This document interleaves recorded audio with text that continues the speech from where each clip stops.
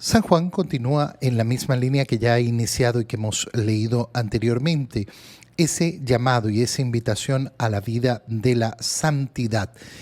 Hay que entender bien las palabras de San Juan para no confundirnos y creer que la santidad es inalcanzable.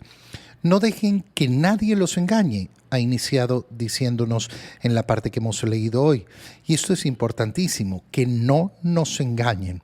Es decir, que el anhelo, el deseo de santidad, el ideal de santidad es el que tiene que estar presente en nuestra vida.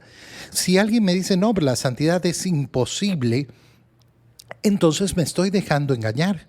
Me estoy dejando efectivamente llevar por una idea completamente absurda, ajena a nuestra fe cristiana.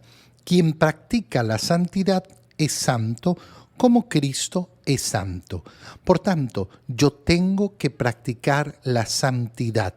La santidad consiste en el deseo de vivir en la gracia de Dios siempre.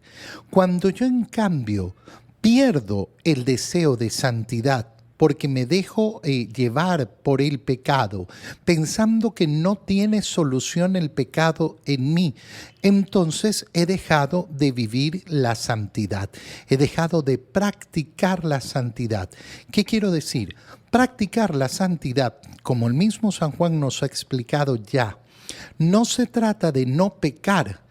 Se trata de saber levantarme siempre, de tener en mi corazón el deseo de no vivir en el pecado.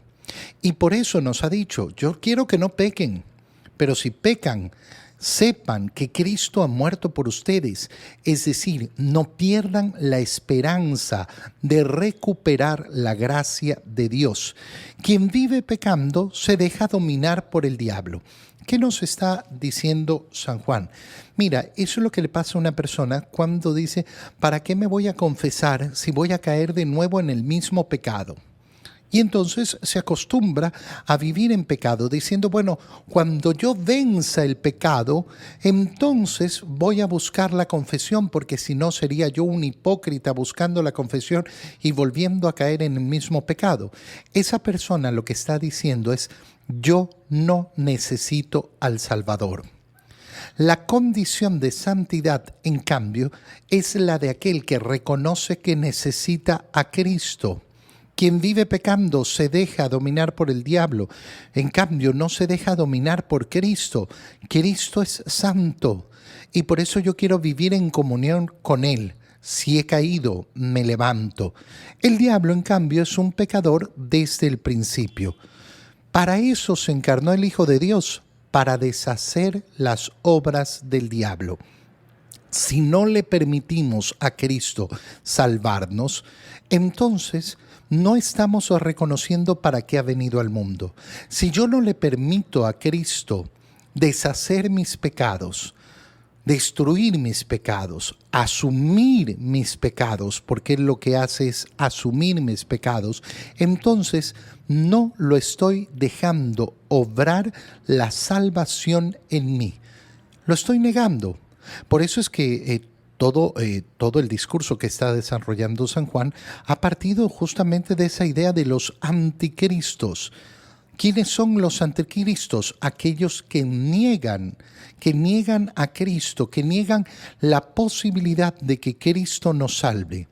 Ninguno que sea hijo de Dios sigue cometiendo pecados porque el germen de vida que Dios le dio permanece en él. ¿Qué significa? ¿Significa que yo no voy a caer nunca en pecado? No, significa que voy a reconocer el pecado como pecado y que si caigo en él me voy a arrepentir y voy a luchar y le voy a permitir a la gracia de Dios operar en mí. No puede pecar porque ha nacido de Dios y en esto se distinguen los hijos de Dios de los hijos del diablo. Todo aquel que no practica la santidad no es de Dios. Te lo repito, todo aquel que no practica la santidad no es de Dios. Es decir, todo aquel que renuncia al deseo de perfección, todo aquel que renuncia al deseo de la gracia de Dios, todo aquel que no cree que es capaz de alcanzar la redención, aquel que se desmoraliza, aquel que efectivamente, como decía, dice, no, es que yo no tengo vuelta atrás. Bueno, ese es el que ha perdido el anhelo de la santidad. El que en cambio se quiere levantar y se levanta. Aquel que pide perdón. Aquel que vive luchando para ser mejor. Aquel que sabe que puede darle más a Dios. Que puede amar más a Dios. Ese es el que vive en la santidad. Por tanto, la santidad no es un estado de perfección permanente, sino ese estado de lucha permanente por conquistar la perfección. Ese estado de lucha permanente por superar el pecado. Ese estado permanente de no dejarse caer. La vida cristiana es una lucha. Quien cree que la vida cristiana es un estar estable, bueno, no conoce la vida. No conoce la vida del ser humano, no conoce la vida de la lucha y no conoce la vida de la tentación. Tampoco es de Dios el que no ama a su hermano. Por tanto, son las dos condiciones.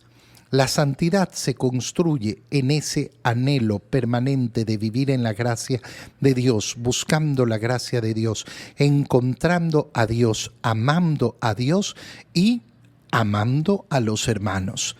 En esa lucha permanente es como se construye la vida de santidad.